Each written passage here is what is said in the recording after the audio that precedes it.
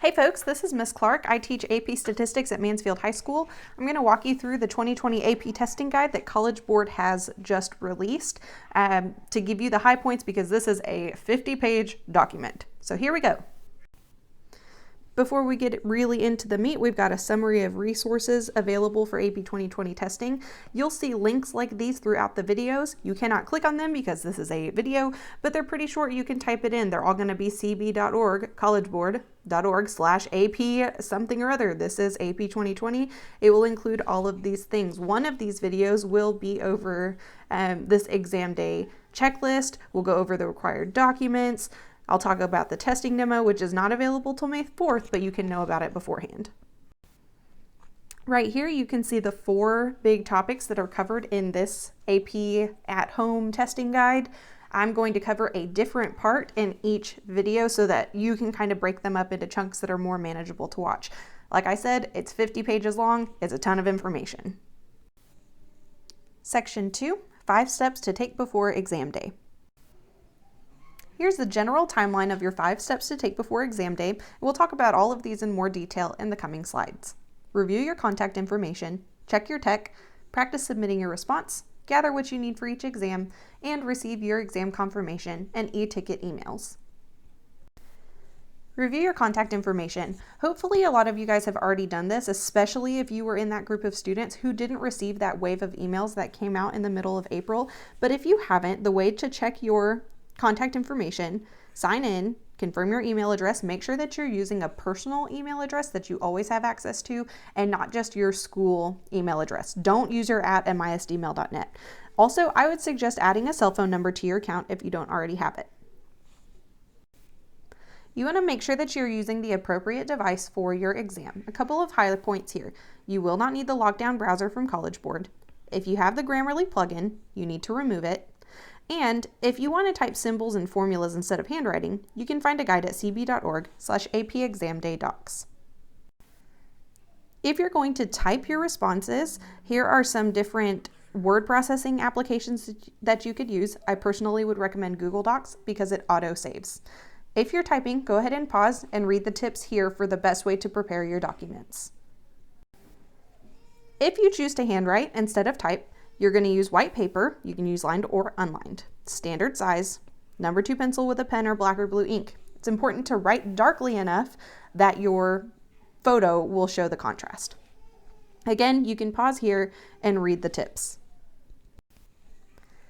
So this page is actually the very last page in the AP testing guide. I don't know why they put it there instead of here, but I have moved it around.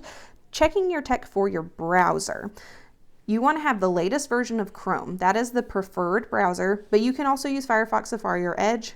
Will not work in Internet Explorer. Again, pause here, read the tips. Like I previously mentioned, starting May 4th, there will be an AP exam demo at cb.org/apdemo. It will show you what the test will look like on a laptop or on a phone, so you can decide which one is the best one for you. For the World Exam Languages app, that will be available May 11th. The following slides illuminate what you should and what you could have with you on your exam day. So this very first row, this is for all of the tests except those with portfolios. E-ticket email, completed exam day checklist, which I'll cover at the end of this video, your device, your browser, internet connection, and whatever accommodation devices you need. For typed responses, you need a word processing app, and permitted, your class notes, textbooks, previous assignments or assessments. Notice that you can use resources here. That also means you can have multiple tabs open on your phone or on your laptop if you need to. You could have a formula chart open. You could have an online calculator if you don't have your own calculator. You can use whatever you need on this exam except other people.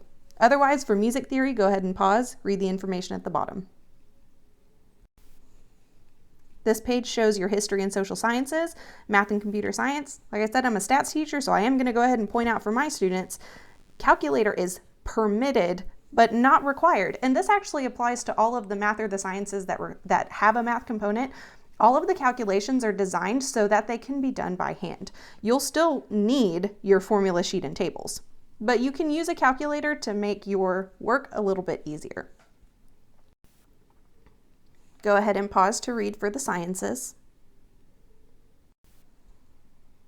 Go ahead and pause to read for the world languages. Okay, some optional resources: class notes, textbooks, previous assignments or assessments, calculators. If you are using shared study notes, it has to be downloaded to your device to prevent collaboration violations.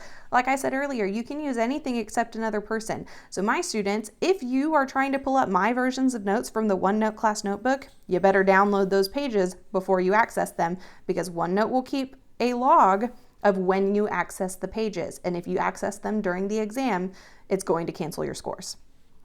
Internet searches will waste your time and put you at risk of an exam violation. They have written these questions so that they're not Googleable. Don't waste your time. Just do what you know. Lastly, down here at the bottom, cb.org/AP Open Book Tips. This will help you to best know how to use your optional resources. On May 4th, you should receive an exam confirmation email from College Board with your AP ID and a list of the exams that you're registered for. 2 days before each exam, you'll receive each of your e-tickets along with your AP ID.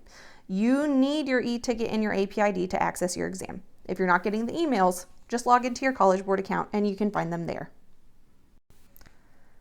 The 5 steps that have been covered here are listed in the AP Exam Day checklist. You can access this checklist at cb.org/AP checklist. You'll want to have a copy of this for each exam that you're taking. On my screen currently, you can see both pages of the AP Exam Day checklist. So if you print this, it'll be 2 pages, or you can print it double-sided. You'll write your 8-character AP ID, name of your exam, time, date of your local exam. You'll go through this checklist before the exam titled, "Am I ready to test?" You've got a checklist for during the exam. You want to read that before the exam, but that's tips for during, and then after the exam. All of the short videos in this series will conclude with this slide and the following information. So directly from College Board, new videos are available to give students quick, easily accessible information about their test day experience, what they need to do to prepare, exam security, and more. If you are unable to scan that QR code on the left, you can type that link below into a browser to be taken directly to the YouTube playlist for those videos straight from College Board. I think I speak for all of your AP teachers when I say that we are very grateful for the hard work that you have put in all year, and especially your continued dedication over the last 2 months as things have rapidly changed for all of us. We wish you the best of luck on your AP exams and hope for your continued success in the future. Thanks for tuning in.